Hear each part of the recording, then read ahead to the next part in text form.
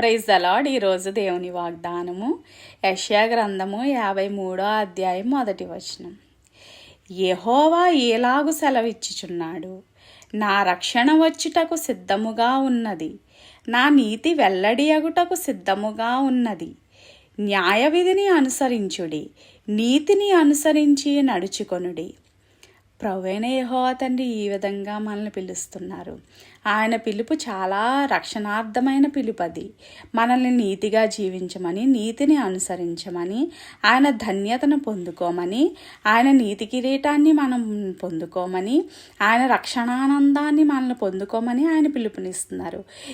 ఇదే రక్షణ దినం, ఇదే అనుకూల సమయం కాబట్టి మనం ఇప్పుడే మేల్కొని దేవుని మాటల్ని మనం అనుసరించి, దేవుని మనం ధ్యానించి, ఆయన మార్గంలో మనం నడిచినట్లయితే ఆయన నీతి రాజ్యాన్ని మనం పొందుకుంటాము, ఆయన రక్షణాన్ని మనము పొందుకుంటాము.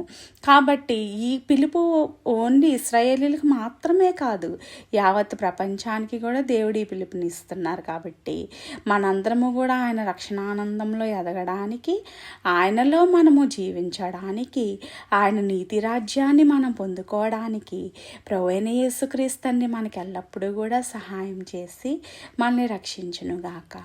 ఆమేన్. హల్లెలూయా.